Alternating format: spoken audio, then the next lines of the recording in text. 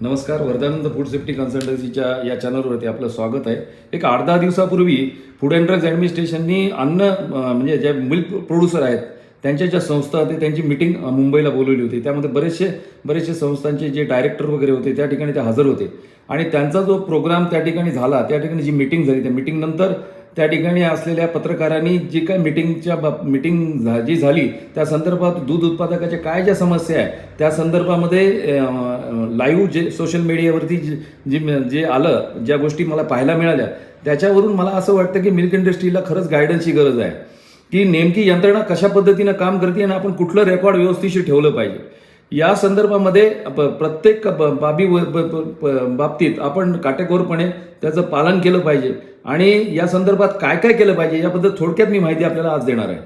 तर प्रामुख्याने जे फूड सेफ्टी ऑफिसर तपासणीसाठी येतात, इन्स्पेक्शनसाठी येतात, सॅम्पलिंगसाठी येतात, आपल्याकडे आल्यानंतर त्यांना ते पहिल्यांदा लायसन वगैरे पाहतात, त्याची व्हॅलिडिटी पाहतात आणि काइंड ऑफ बिझनेस वगैरे काय बरोबर आहे की नाही, लायसनमध्ये ज्या काय गोष्टी आहेत त्या तरतुदीप्रमाणे आपला व्यवसाय आहे की नाही याच्या बाबतीत व्हेरिफिकेशन करतात. त्यानंतर ते इन्स्पेक्शन करतात. इन्स्पेक्शनमध्ये युनिटमध्ये प्रत्येक भागामध्ये प्रत्येक सेक्शनमध्ये जातात आणि प्रत्येक सेक्शनमध्ये प्रत्येक पॉईंट लिहून घेतात की काय या पॉईंटमध्ये प्रॉब्लेम आहे, कुठं लिकेजचा प्रॉब्लेम आहे का, कुठं ड्रेनेजचा प्रॉब्लेम आहे का, पाणी बरोबर पर्क्युलेट होत आहे का नाही, भिंती कशा आहेत, जमीन कशी आहे, त्याचप्रमाणे यांचं रेकॉर्ड जे आहे ते बरोबर ठेवलं आहे का नाही या प्रत्येक बाबीच्या बाबतीमध्ये ते तपासणी करतात आणि त्या संदर्भातला इन्स्पेक्शन रिपोर्ट ते बनवतात.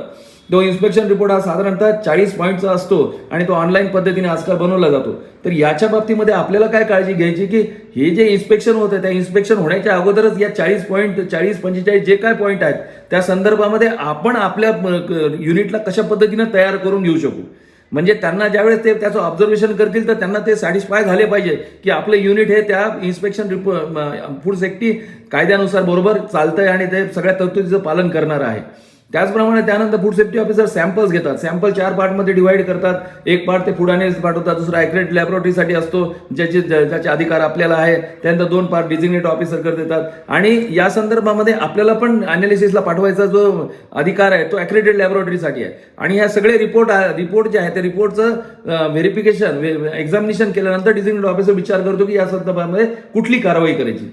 तर अशा पद्धतीचं हे आणि ज्यात आता सॅम्पल घेतलं एखाद्या युनिटमध्ये त्याचा अर्थ असा होत नाही की त्या युनिटमध्ये काय खूप मोठा प्रॉब्लेम आहे. तर त्या ठिकाणी जनरल जे फूड सेफ्टी ऑफिसर ते सॅम्पल घेतात आणि तपासणी करतात, हे त्यांचं कामच रुटीन प्रमाणे.